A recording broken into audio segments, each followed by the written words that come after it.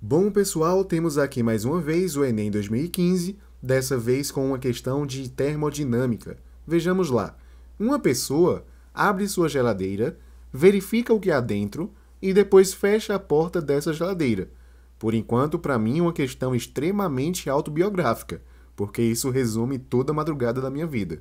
Em seguida, ela tenta abrir a geladeira novamente, mas só consegue fazer isso depois de exercer uma força mais intensa do que a habitual. A dificuldade extra para reabrir a geladeira ocorre porque o ou porque a. Vejamos o que propõe a letra A de amarelão. O volume de ar dentro da geladeira diminuiu. Galerinha, se é a mesma geladeira, ela nem vai expandir e ela nem vai contrair. Ela nem engorda e nem emagrece. A capacidade dela é a mesma. Então, o volume de ar no interior dela é sempre constante. Tranquilo? A letra B diz o seguinte: o motor da geladeira está funcionando com potência máxima. O motor funcionar ou não com potência máxima pode influenciar na temperatura, mas a questão não mencionou em nenhum momento alguma relação com o motor, nem com potência elétrica, nem nada, tranquilo? Então, letra A e letra B estão descartadas, mais falsas do que nota de R$3. A letra C de cirrose diz assim: a força exercida pelo ímã fixado na porta da geladeira aumenta.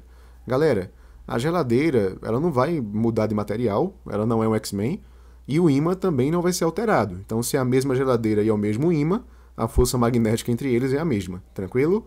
Letra D. A pressão no interior da geladeira está abaixo da pressão externa. Opa, aqui a gente pode fazer um teste. Relembremos, portanto, a equação geral dos gases.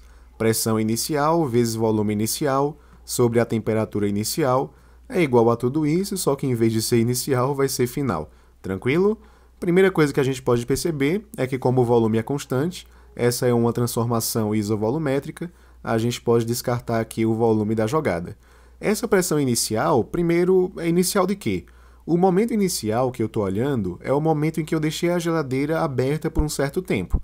Se eu deixei ela aberta por um certo tempo, a pressão dela vai se igualar à pressão externa, tranquilo? Então, essa pressão inicial vai ser a pressão externa, ok? E a temperatura inicial, mesma coisa, ela vai se igualar com a temperatura do ambiente. Então, também vai ser a temperatura externa à geladeira, ok? Quando se passa um certo tempo, a gente fechou, né, a geladeira, então eu quero saber o que vai acontecer com essa pressão. Então, eu vou repetir ela aqui, certo? E se eu fechei a geladeira, o que acontece com essa temperatura T final? Ela vai cair. A função da geladeira é resfriar, ok? Então, se eu reduzir essa temperatura, o que acontece com essa pressão são grandezas diretamente proporcionais. Ela cai também, ok?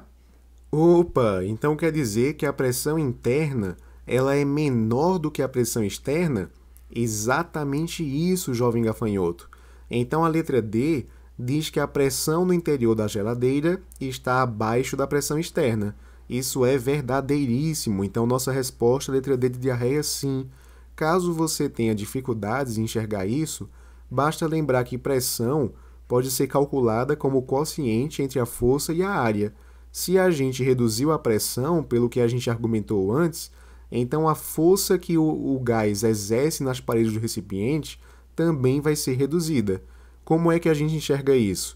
Imagine aqui um esquema de uma geladeira perfeita que você deseja ter em casa, certo? Essa aqui, a força em azul é a força interna relativa à pressão interna do gás, ok? Esse F vermelho é a força que o Johnny vai precisar realizar para abrir essa porta, e a força externa de laranja é a força que o ar exerce sobre a porta, dificultando a sua abertura. Então, se a pressão interna caiu, quer dizer que essa força interna também caiu. Galerinha, se essa força interna caiu, o que é que o Johnny vai precisar fazer para compensar essa queda?